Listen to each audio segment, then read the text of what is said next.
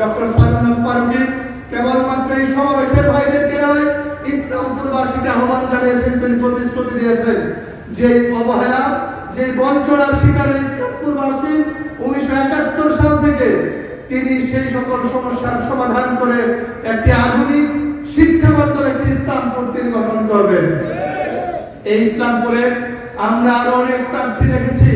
আপনাদের অনেকের কাছে মনে হতে পারে তিনি হয়তো ভালো মানুষ, কিন্তু আমরা বলতে চাই তিনি হয়তো ভালো মানুষ, কিন্তু তিনি যাদের সাথে রাজনীতি করছেন তারাই বাংলাদেশের জন্য কখনোই কল্যাণকর নয়। তিনি ভালো মানুষ হইতে পারে, কিন্তু তিনি যেখান থেকে বাজেট নিয়ে আসার প্রতিশ্রুতি দিচ্ছেন সেই বাজেটটা আমরা কখনোই এই দেশে ভালো মানুষ নয়। আমরা দেখেছি এই বাংলাদেশের 1996 সালে একটি ফ্যাসিস্ট দল ক্ষমতায় এসেছিল। আমরা যদি দেখি 1971 সালের পরবর্তীতে এই বাংলাদেশকে যারা শাসন করেছে কেউ এই দুর্নীতির বাইরে ছিল না। আমরা যদি দেখি মুজিব থেকে জিয়াউর রহমানের শাসন, জিয়াউর রহমানের শাসন থেকে পরবর্তীতে আওয়ামী লীগের ফ্যাসিস্ট শাসন, তারপরে এরশাদের স্বৈর শাসন, তারপর আবার 4 দলীয় জোটের শাসন, কখনোই ইসলামপুরের উন্নয়ন কখনোই হয় নাই।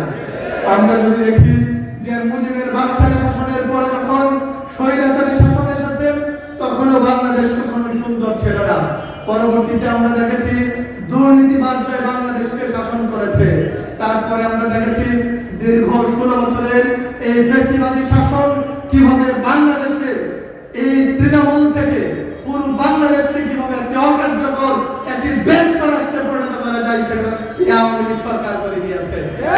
আমরা আজকের এই সমাবেশ থেকে বলতে চাই এই ফ্যাসিস্ট হাসিনাকে তাড়ানোর পর আমাদের এই বাংলাদেশকে একটি উন্নত রাষ্ট্র করার জন্য, ইসলামপুরকে একটি আধুনিক ইসলামপুর করার জন্য একটি সময় এসেছে।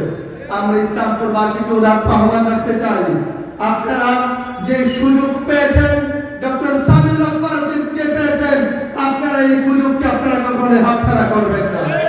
আপনারা যদি এই সুযোগ হাতছাড়া করেন, ইসলামপুরবাসী যে উন্নয়নের স্বপ্ন দেখছে সেই উন্নয়ন আর কখনোই সম্ভব হবে না। যে সুযোগ আপনারা পেয়েছেন, আপনাদের কাছে ইসলামপুরবাসীকে আমরা আহ্বান রাখতে চাই, 12টি ইউনিয়ন, একটি পৌরসভা, 130টি গ্রামবাসীকে আমরা আহ্বান জানাতে চাই, আপনাদের যে ভাই আপনাদের কাছে মনোনয়ন পেয়েছেন সেই ভাই ডক্টর সামিউল ফারুকী, আপনারা ওনার পাশে থাকবেন, ওনাকে সংসদে নির্বাচিত করেন। আপনাদের যে প্রত্যাশা সেই প্রত্যাশার আলোকে যেন তিনি কাজ করেন সেই সুযোগ আপনারা দেবেন ইনশাআল্লাহ। ডক্টর সামিউল ফারুকী যদি নির্বাচিত হয় তাহলে তিনি গোটা ইসলামপুরকে জাতীয় সংসদে অত্যন্ত মর্যাদার সাথে তিনি তুলে ধরবেন ইনশাআল্লাহ।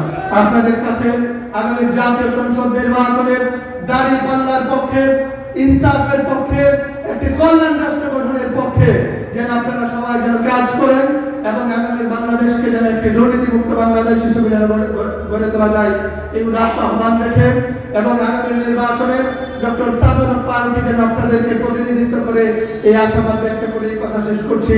আসসালামু আলাইকুম ওয়া রাহমাতুল্লাহ।